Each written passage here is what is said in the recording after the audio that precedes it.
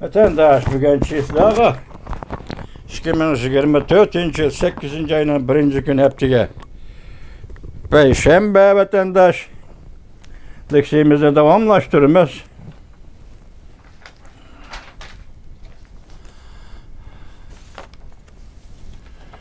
Endilektiki leksiyimizin dikkat kılırsanız 3 parça, 2 parça ketti. Bugün çiftliğe dedim mi? 2024 8. ayının 1. gün heptiye Perşembe. Endiki mavzumunda vatandaş. Muavin Devlet İştirakatı ve Kurt Campbell. Tangdar siyasetçi Amerika'da. Cungunun Rusya'nın qo'llashi endi Tinch okean bexatarligiga uzun muddatli xiris paydo qildi. Deb ko'rsatdi mavzuda xabar 7. ayning 31 kuni Amerika ovozining Xitoy til programmasi e'lon qilindi. Xabar bunday boshlandi. Amerika Qo'shma Shtatlar Davlat Mahkamasi 2-qo'l rahbari Kurt Campbell Davlat Majlisiga bunday ko'rsatdi. Jungoning Rossiyani qo'llashi Ukraina urushi vaziyatiga ta'sir ko'rsatib qolmay, o'xshashli endi Tinch okean rayonining uzun muddatli bexatarligiga xiris paydo qildi. Nopozdoq bu nafar amaldor bunday ko'rsatdi. Mustabid davlatlar o'rtasidagi munosabatlar intayin murakkab bo'ladi. Garchi Rossiya bilan Jungo hamkorlashgan ekan, lekin ikki davlat rahbarlari bir-biriga ishonmaydi. Vladimir Putin Jungoni intayin unumli kontrol qilyapti. Hürmetli Amerika Qo'shma Shtatlari Davlat Mahkamasi 2-qo'l rahbari, ya'ni Amerika Qo'shma Shtatlari Davlat Majlisi va Davlat Majlisi emas, Davlat Mahkamasi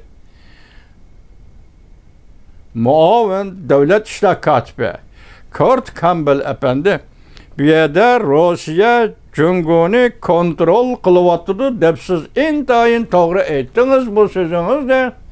Hurmatli efendim, hozir Rossiya Jungoni kontrol qiladigan faqatli bir narsa bor.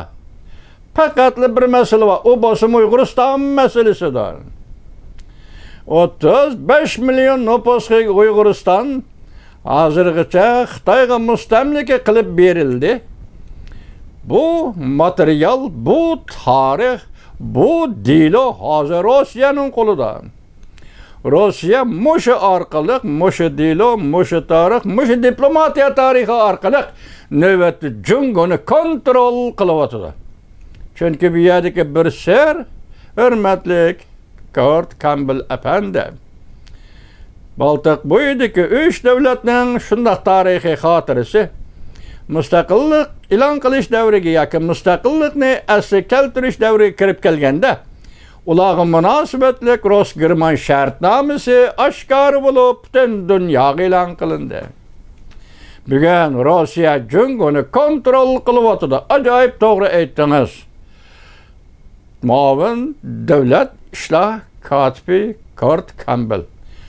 Rossiya bugun Jungoni dal ana shunday shartnoma, yoshirin shartnoma, maxfiy shartnoma, balki bugungi kunda dunyoga oshkorlanishi kerak bo'lgan shartnoma, Ross-Xitoy shartnomasi orqali Jungoni kontrol qilyapti.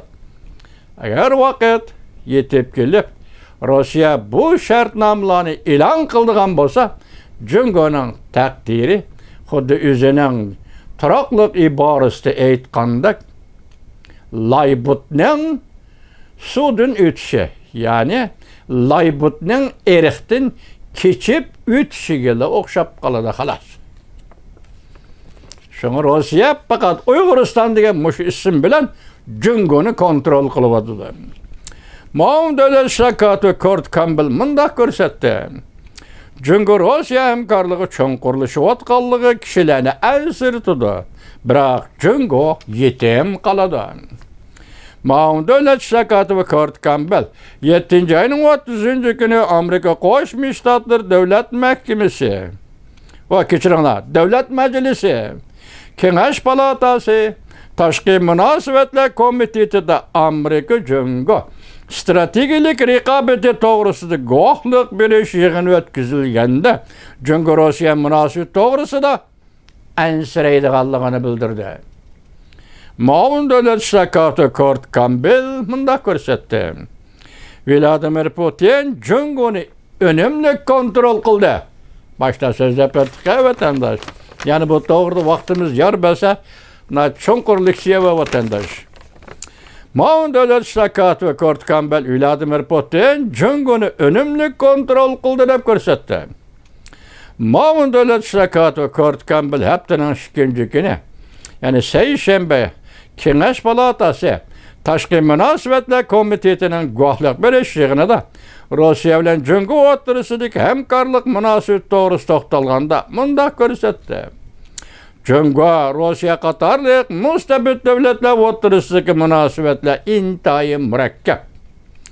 Ikki davlat rahbarlarini ko'pincha bir-biriga ishonmaydi. Qarshilashish va raqobatchilik mavjud. Muavin davlat ishlar katibi Kurt Campbell mundaq ko'rsatdi.